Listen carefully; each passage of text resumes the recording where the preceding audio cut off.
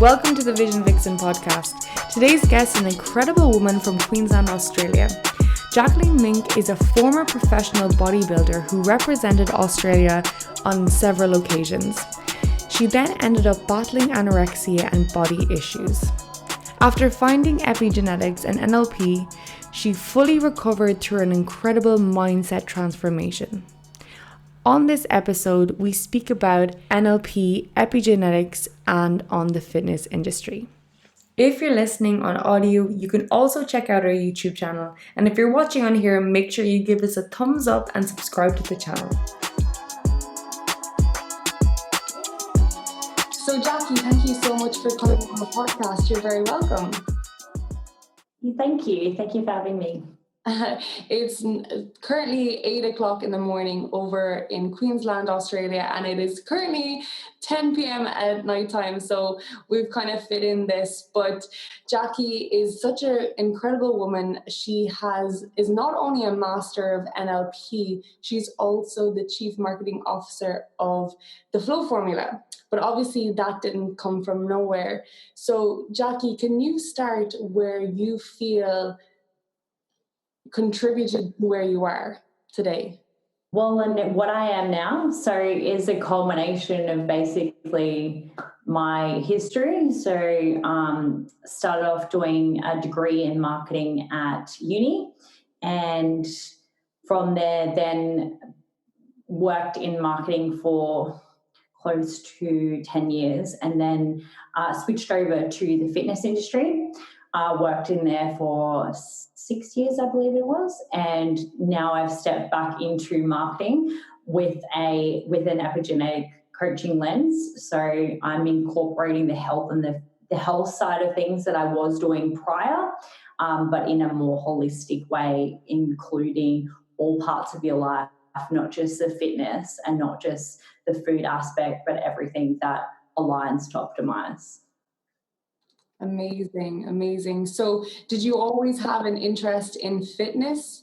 I was always into fitness in some form, and when I decided to leave the marketing professional services and move into the fitness industry, that was when I wanted to closer align my passion for fitness with the profession that I was in. So I wanted to, live what I preached, essentially. So the more I was training, the more I was trying to fit it in with a full-time job, and it really wasn't aligning.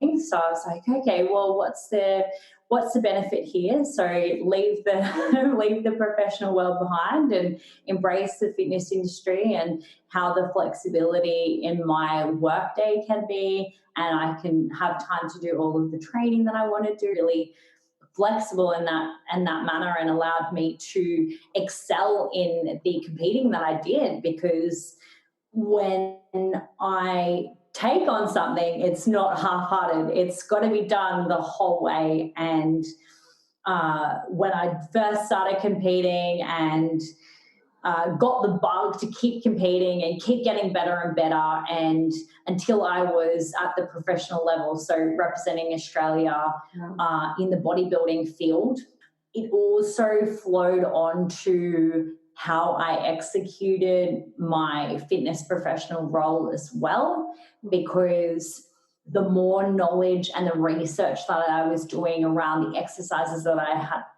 I was doing for bodybuilding, that allowed me to have even more of a plethora of exercises that I could run my clients through. So it was like a win-win situation where I was getting the competing, and my clients were getting this expanded knowledge from me of all these different variations of exercises, because in bodybuilding, it's body sculpting essentially. So it's, knowing how to work each single muscle in different angles and different ways, and always varied. So you're always getting that growth and that change and that expansion in that cell.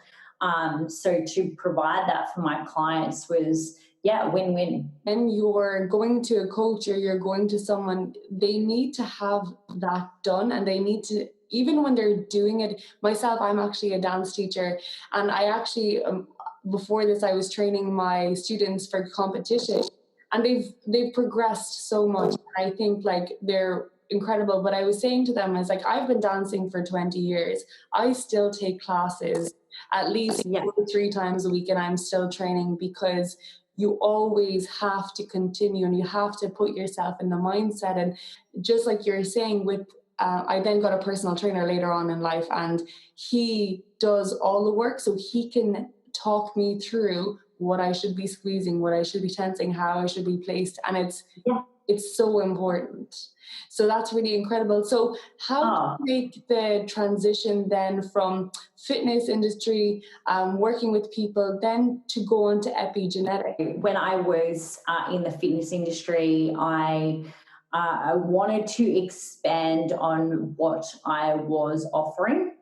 And I was also in a space where I had developed a really poor relationship with food and exercise, in terms of I was using it in the obsessive, extreme realm, because to be an extreme bodybuilder, you've got to be extreme. And you would know with your dancing, it's extreme. Like some of the lengths that you go to for comp, it's extreme.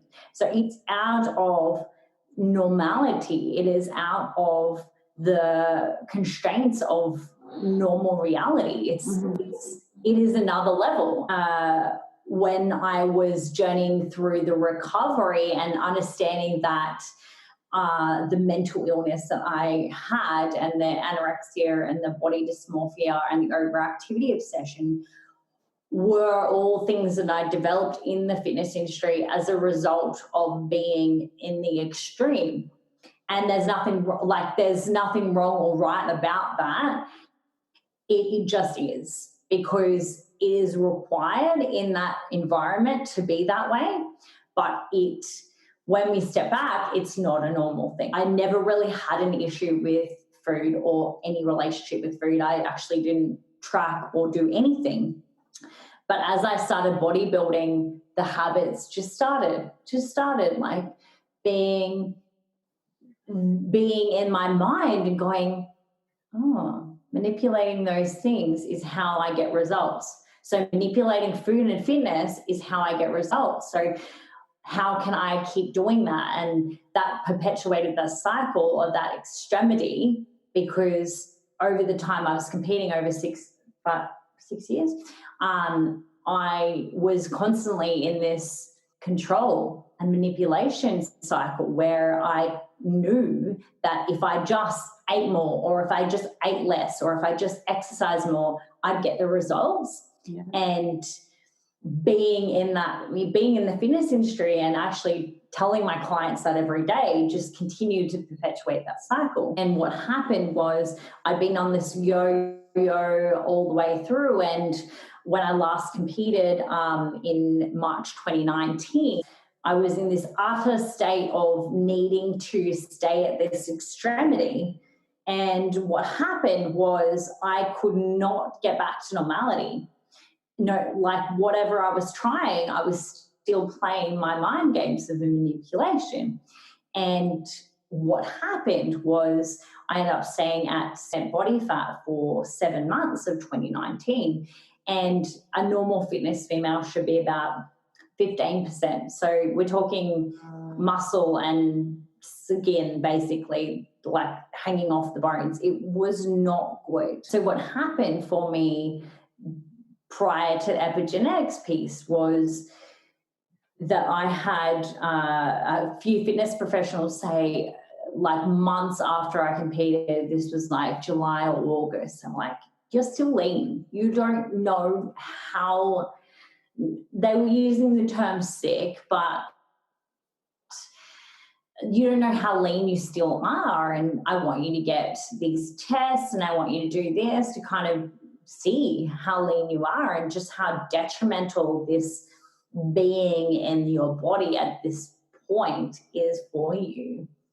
And after some initial resistance to that, I was like, okay, well, I'll book in and get these tests. And from there, I did a DEXA scan, which is like a bone mineral density scan, and that came back with 6% body fat. I was like, oh, I still am that lean. Oh, okay. And it was those awareness pieces that were kind of like, okay, well, I'm aware, but I haven't done anything about it. And then fitness professionals were like, okay, you should get your hormones tested and your fertility markers tested. I got the test. Then the doctor called me and she was like, oh, you need to come in. And she said, it's not looking good. Like, your fertility markers are low. If you do not put on fat and if you do not eat more, if you do not get healthy, you are not going to have a family, or you're not going to have a chance of having a family. And so from there, I then, okay, I've got to get help. I've got to do anything that I can to lean into those edges, to lean into that mindset work and work on those mind games. From there, then I looked at epigenetics. I was introduced by my partner in December 2019. So after a few months of kind of dilly-dallying around, doing little bits and pieces, and it all helps. And anyone with recovering from mental illness knows that, small steps every single day are vital in the progress. But I wasn't making a lot of progress. So we get to December and I was still not where I wanted to be. I was better, getting better, but I still wasn't where I wanted to be. And I was still facing a lot of issues in the way that my body was looking, because when you go from obviously extreme leanness to starting to put on body fat, it's this big, oh, what, I'm getting so fat, or like all these words and all this mind games. And when I did my epigenetics first time, everything started to shift for me, because when I did my test, came out that I was a connector health type, which is, I am driven by oxytocin. Okay. I am driven by connection. I am driven by my mindset is my top priority. And just by starting to understand my biology at the core level of what my body shape is based on all the hormones that I was actually developed in the embryo, that allowed me to give this true awareness of who I really am and what my body actually is destined to look like. And it hit home so hard when it was like, okay, you're driven by a lot of estrogen, so unlikely that you'll ever have abs. And yet I was trying so hard to have abs for 5 years. So it was just like this whole, oh, shit, wow. Okay, great. This is actually who I am.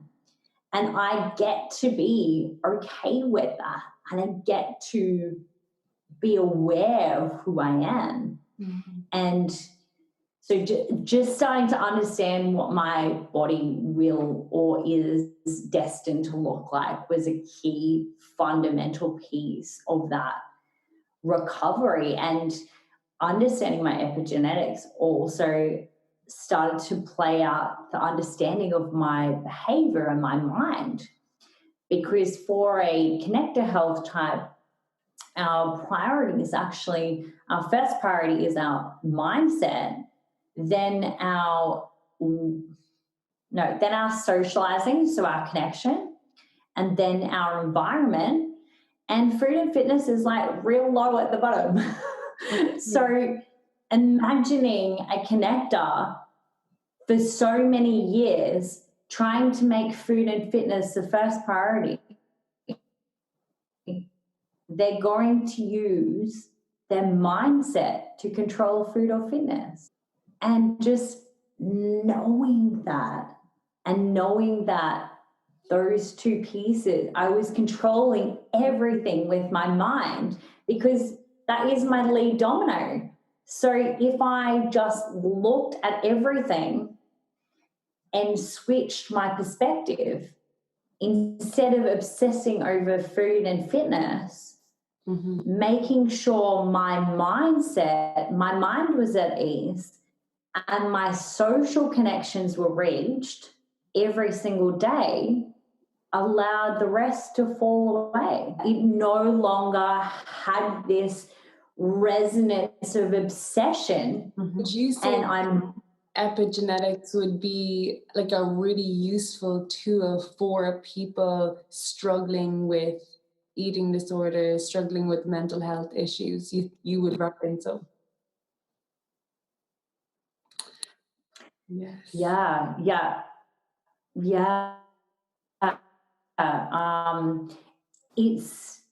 It was definitely that piece for me that really started to shift the mental illness out of my space.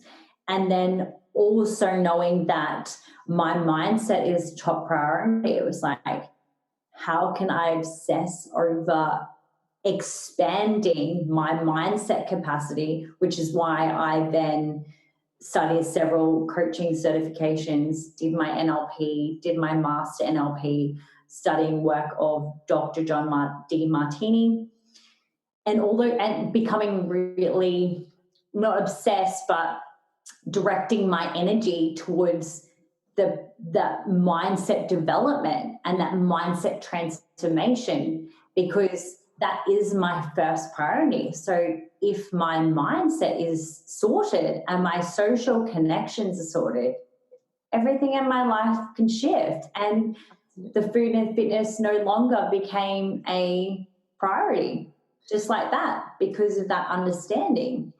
And coupled with that, obviously, the biological understanding of the hormones that created me and the way I was created in the embryo in terms of created with the mesomorph layer and the endomorph layer. So I've got the ability to put on muscle, yay, but I've also got the ability to put on fat, driven by the estrogen. And just being aware of that. Yeah, it gives you like an acceptance, I guess. It's funny how things seem to work out in life in your favor, because you may not have got to that stage of realizing, this is the way my body is, the way my body works. Now I can focus. I understand that, mindset is important, that now I'm going to focus on coaching, on mindset, on NLP. So it's funny how life works out that way. Yeah. So for yourself now, with regards fitness, do you have any little, devils on your shoulder saying, oh, you can control here? Or have you kind of worked through that? Or how does that, I've always wondered about people with eating disorders, does it creep up continually, or can you really be fully recovered? I do believe that you can be fully recovered, and I do at the moment. With regard to fitness, I have put an epigenetic lens on it and the way that my attitude is towards it.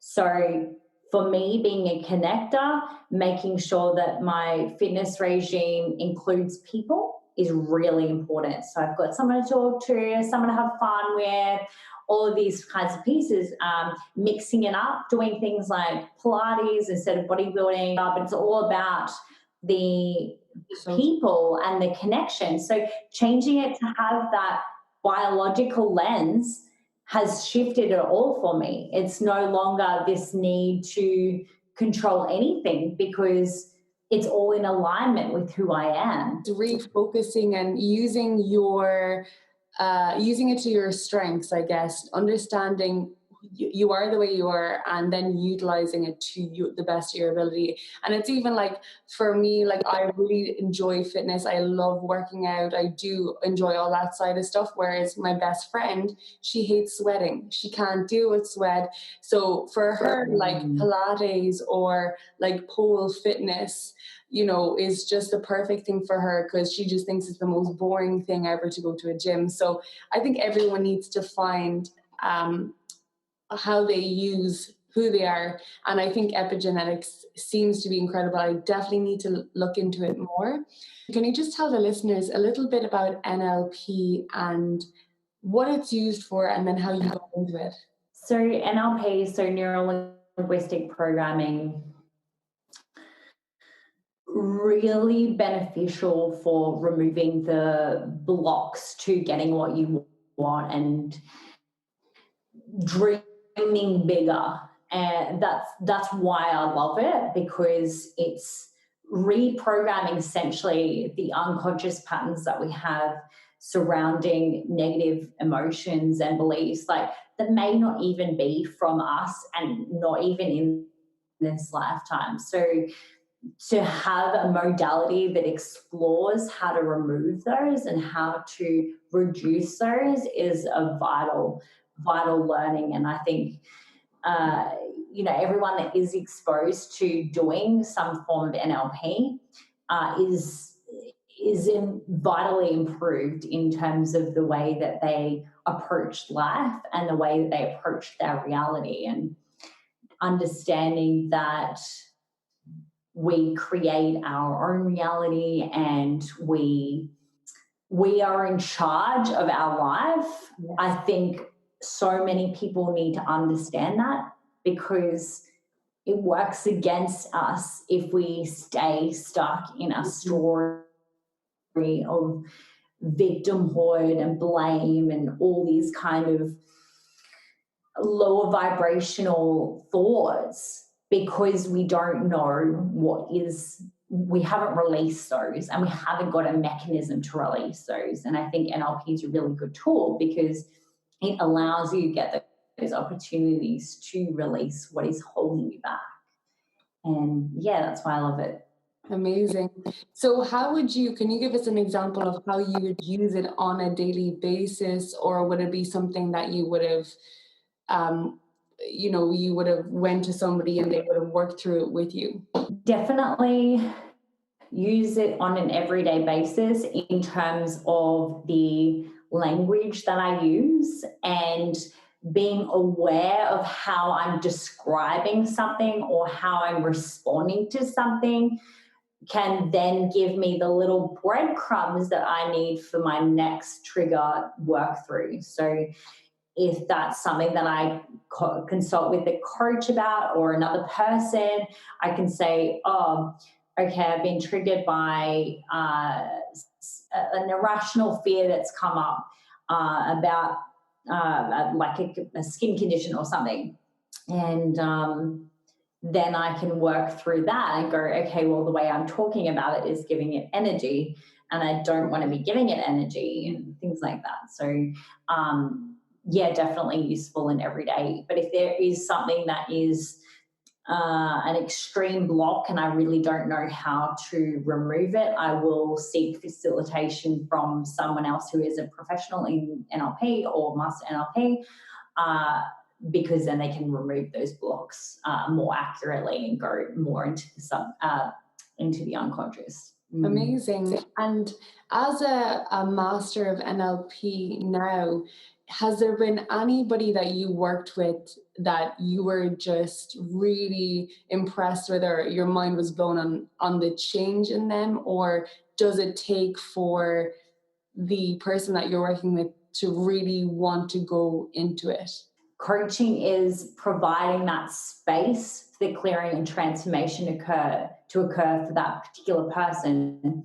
So yes and no. Yes, you have to have the intention of helping that person, but you also have to be detached to that person, in that it needs to actually be from them. Because the more you can create that space for them, you can ask the questions that are going to provide them to go, oh, okay, I'm going ask that question of myself and delve into that. And then they get more of a transformation just by inquiring into what it is that's going on for them. You know, the word self-development is self-development. So it's being that, providing those questions that allow that person to go inwards and actually ask themselves what's going on. The true question. Inquire there. And yeah, absolutely.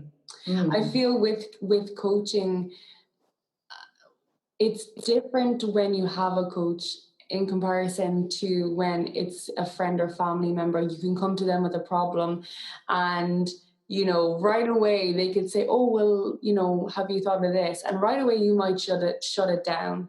And you're just like, no, you don't know, you don't, you know, you're not in my situation or whatever. And then when you have a coach, whatever way, and if you have a good coach, the way that they prompt you or they really make you work. So I would completely agree with that the coach is kind of just providing the space. You mentioned that a lot of the things that the hormones and the way we are brought into the world may not even be from our lifetime. You said it might be from even before we were born. Do you want to just delve into that? Because that sounds really interesting. There's a few points on that, like our ancestors and how they have brought us into being, but also the fact that there's a generational line. Yeah. So there's that can alter the gene expression that we have and all the things we develop and what we come into this life with. So it can be traumas and things that they have passed on to us without us consciously knowing. There's some areas and nationalities that are more likely to be a certain health type because of the strengths that have been in that bloodline. Yeah. So, for example, there's a lot of Italians that are connectors. There is a lot of Tongan people that are guardians. There's a lot of New Zealanders that are guardians. There's not a lot of male connectors in Australia. There's a lot of crusaders and all these little pieces where you can actually see patterns in the health type or the epigenetic expression based on all your ancestors. So, and when we do the full test or the full profile to get your epigenetic expression, we actually analyze a fair bit of your ancestral history in terms of the health that they've had and any conditions that they have had. And because that all contributes to the unique expression of yourself in this life right now. So how does the test go? What is required? What do you need? So generally when we're doing a full profile or full epigenetic test, we run through, it's just done on Zoom, but we run through a number of, I've got to take those here because I do it so often. We've got a number of bone structure measurements. Okay. And then all over the body. So like elbows, wrists, like head, all those kinds of things. And then we go into a really detailed health questionnaire, which includes questions about things on your face, how your eyes are, things about your fingernails, things about your feet, things about veins, things about heart, like all these questions about have you ever had any of these things, or have you in the last 5 years had high cholesterol once, or have you had asthma once, or have you had this? It's all in there. And from your answers, it determines where you sit epigenetically, because it's saying, okay, well, we've taken into account everything that you've experienced and where you're expressed right now, and we've taken into your account your actual DNA, so your actual body, and we've come up with where you sit. So there's 6 health types. It's in the PH 360. That's what's called personalized health 360. 6 health types. And within the 6 health types, there's 360 degrees. So within, you'll get a health type, and then you'll get an expression number. So you'll get a unique degree for you. So for me, I'm a connector 155. So I fall in the connector health type, and my number is 155. So out of the 360. But every single person has a different unique expression based on all of those answers and based on everything, all the testing that we've done. So yeah. That's incredible. So then, Jacquie, so if someone wanted to avail of your services, is this something that you include? Is it coaching and epigenetics, or do you want to just talk us through that? Yeah, so at the moment, my partner runs the coaching part of it based on the epigenetics. So once I run all the testing, so I do the testing, and then you go into the program with Cody, my partner. And what we do is we don't just give you the test and go, okay, well, that's your number. It's like, okay, well, that's well and good. Like, cool. We actually go into what that actually all means for you across all areas of your life. So how you can best optimize your life based on your epigenetic expression, how you can best optimize your business based on epigenetic expression. What is the best time to make sales calls for your epigenetic expression? What's the best time to meditate for your epigenetic expression? So it's a really deep dive, and you can't just do that if you just have your number, because, okay, cool.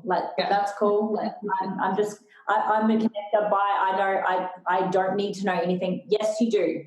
And that's what we pride ourselves on, is we don't just test, we actually take people in and go, okay, this is actually what it all means, and this is how your brain works, and this is how you think about things.